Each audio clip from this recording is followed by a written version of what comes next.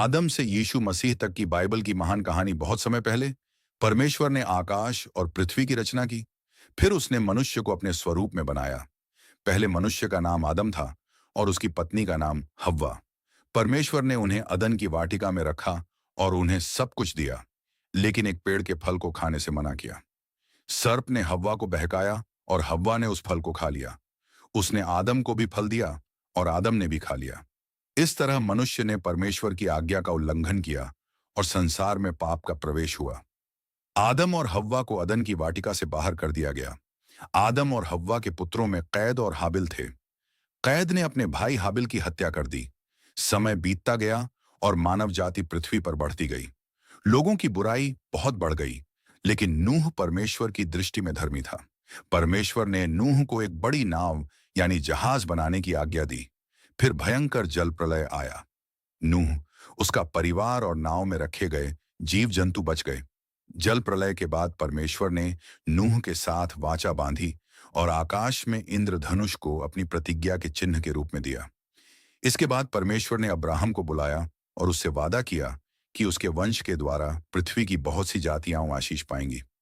Abraham का पुत्र इसहाक हुआ और इसहाक का पुत्र याकूब हुआ। याकूब का नाम बाद में इज़राइल रखा गया। उसके 12 पुत्र हुए, जिनसे इज़राइल के 12 गोत्र बने। याकूब के पुत्र यूसुफ को उसके भाइयों ने मिस्र में बेच दिया, लेकिन परमेश्वर उसके साथ था। यूसुफ मिस्र में एक शक्तिशाली अधिकारी बना और अकाल के समय उसने अपने परिवार को बचाया। कई वर्षों बाद इज़राइली मिस्र में गुलाम बन गए। तब परमेश्वर ने मूसा को चुना। मूसा ने परमेश्वर की सामर्थ्य से इस्राएलियों को मिस्र की गुलामी से बाहर निकाला। लाल समुद्र उनके लिए खुल गया और वे सुरक्षित पार चले गए। परमेश्वर ने मूसा को 10 आज्ञाएं भी दी। इसके बाद इस्राएलियों ने प्रतिज्ञा किए हुए देश की ओर यात्रा की। यहोशू के नेतृत्व में वे कनान देश में पहुंचे। समय बीतने के बाद इस्राएल में राजा हुए। शाऊल पहला राजा बना, फिर दाऊद राजा बना। दाऊद परमेश्वर पर भरोसा रखने वाला राजा था। उसने गोलियत नाम के विशाल योद्धा को हराया। दाऊद के बाद उसका पुत्र सुलेमान राजा बना। सुलेमान ने यरूशलेम में परमेश्वर के लिए एक भव्य मंदिर बनवाया, लेकिन समय के साथ इज़राइल के लोग बार बार परमेश्वर से दूर होते गए। परमेश्वर ने कई भविष्यद्वक्ताओं को भेजा, जिन्होंने लोगों को पश्चाताप करने के लिए कहा और आने वाले उद्धारकर्ता के बारे में भविष्यवाणी की। भविष्यद्वक्ताओं ने एक ऐसे मसीहा के आने की आशा बताई जो लोगों के उद्धार का मार्ग खोलेगा। फिर समय पूरा हुआ।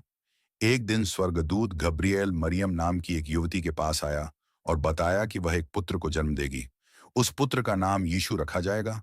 वह परमेश्वर की ओर से आया उद्धारकर्ता होगा। मरियम ने यीशु को जन्म दिया। यीशु का जन्म बैतलहम में हुआ। स्वर्गदूतों ने चरवाहों को उसके जन्म का समाचार सुनाया। दूर देश से ज्ञानी लोग भी बालक यीशु को देखने आए। यीशु बड़े हुए और लगभग 30 वर्ष की उम्र में उन्होंने अपनी सार्वजनिक सेवा शुरू की। उन्होंने लोगों को परमेश्वर के राज्य के बारे में सिखाया, बीमारों को चंगा किया, पापियों को क्षमा का संदेश दिया और अनेक चमत्कार किए। यीशु ने कहा कि सबसे बड़ी आज्ञा है परमेश्वर से पूरे मन, प्राण और बुद्धि से प्रेम करना और अपने पड़ोसी से अपने समान प्रेम करना।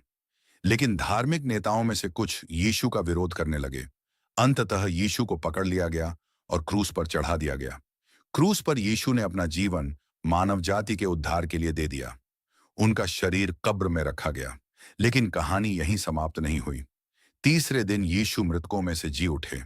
उन्होंने अपने शिष्यों को दर्शन दिए और उन्हें संसार में सुसमाचार सुनाने की आज्ञा दी। बाद में यीशु स्वर्ग पर उठा लिए गए। इस प्रकार आदम के समय संसार में प्रवेश किए पाप की समस्या के बीच बाइबल की कहानी यीशु मसीह में उद्धार और आशा की ओर पहुंचती है। आदम से शुरू हुई मानव जाति की कहानी यीशु मसीह में उद्धार के संदेश तक पहुंचती है।